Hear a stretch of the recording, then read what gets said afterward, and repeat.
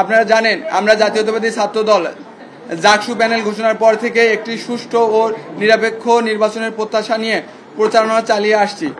সাধারণ শিক্ষার্থীদের বিপুল সাড়া পেয়ে আমরা যখন জাকসুতে পূর্ণ প্যানেলে বিজয়ের আশা করছি, ঠিক ভোট গ্রহণের আগের রাতে বিভিন্ন সামাজিক যোগাযোগ মাধ্যমে দেখতে পাই যে জামাতে ইসলামের কোনো এক অখ্যাত কোম্পানির থেকে ক্রয় প্রক্রিয়া যথাযথ অনুসরণ না করে নির্বাচন কমিশন জাকসু নির্বাচনের ব্যালট পেপার ও ভোট গ্রহণের ওএমআর মেশিন সরবরাহ করেন। ছাত্র শিবিরের প্যানেলকে বিজয়ী করার লক্ষ্যে ভোট গণনার কারচুপি করার বিষয়টি জানাজানি হলে শিক্ষক শিক্ষার্থীদের চাপের মুখে নির্বাচন কমিশন তাৎক্ষণিকভাবে ওএমআর মেশিনে ভোট গণনার সিদ্ধান্ত পরিবর্তন করে ম্যানুয়ালি পদ্ধতিতে ভোট গ্রহণের সিদ্ধান্ত নিয়ে প্রজ্ঞাপন জারি করেন। কিন্তু একই কোম্পানির সরবরাহকৃত ব্যালট পেপার দিয়ে আজকে নির্বাচন অনুষ্ঠিত হচ্ছে।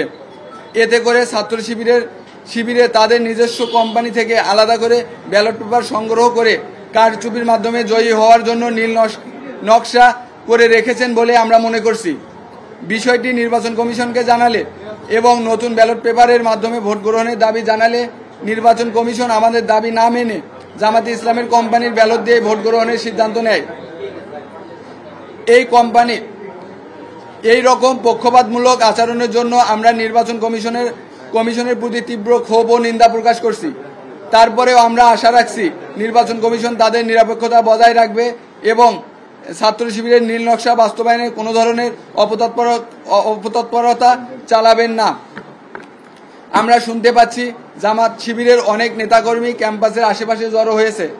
এতে সাধারণ শিক্ষার্থীরা আতঙ্কিত এবং এমনকি এই অবস্থা থাকলে অনাবাসিক শিক্ষার্থীরা ভোট দিতে আসতে উৎসাহ হারাবেন।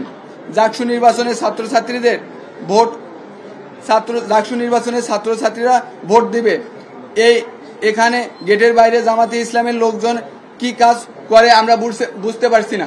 যখন ভোট গ্রহণ শুরু হয়েছে আমরা আমাদের প্রার্থীরা বিভিন্ন হলে ভোট দিয়েছি এবং সংবাদকর্মীদের সাথে কথা বলেছি। আমরা এখানে একটি জরুরি উদ্ভূত পরিস্থিতির জন্য সংবাদ সম্মেলন করেছি, আমরা আমাদের কথা পেশ করেছি। আমরা আশা করছি আমরা হল ভিজিটে যাব এবং আপনাদের সাথে আমরা পুনরায় কথা বলবো। আপনারা তারপরেও দেখবেন যে আমরা বলি যে আমরা দেখেছি যে বঙ্গমাতা শেখ ফজিলাতুন্নেসা মুজিব হলে আমরা সুনির্দিষ্ট অভিযোগ পেয়েছি সেখানে ভোট কারচুপি বা জাল ভোট দেওয়ার অবস্থা সৃষ্টি হয়েছে। আমরা সেখানে প্রক্টর স্যারের অনুমতি নিয়ে সেই হলে গিয়েছি। আমাদের প্রার্থীদের আপনারা জানেন প্রার্থীদের ন্যূনতম 2-3 জন নিয়ে হল ভিজিটের অনুমতি আছে এবং সেই হলে যাওয়ার ফলে যেহেতু মেয়েদের হল এখানে ছেলে মানুষ বা পুরুষ মানুষ ঢুকলে ঘন্টার ব্যবস্থা আছে, সিগন্যালের ব্যবস্থা আছে। তারপরেও আমরা দেখেছি যে ওখানে যারা দায়িত্বশীল শিক্ষক শিক্ষিকা বা কর্মচারীরা আছেন ওনারা উদাসীন ভূমিকা পালন করছেন, ভোট কেন্দ্র একদম ফাঁকা রেখেছেন, যার জন্য ওখানকার যারা জাল ভোট দিচ্ছেন তাদের একটি অংশ মব ক্রিয়েটের করার চেষ্টা করছেন। আমরা যাওয়ার আগে আমাদের জিএস বৈশাখী সেখানে উপস্থিত ছিলেন, তার সাথে সংবাদকর্মী এবং ওখানকার যারা এই জাল ভোটের সাথে জড়িত তারা একটা খারাপ পরিবেশ সৃষ্টি করেছেন, যেটা জাকসু নির্বাচনকে আসলে বাধাগ্রস্ত করার জন্য যথেষ্ট।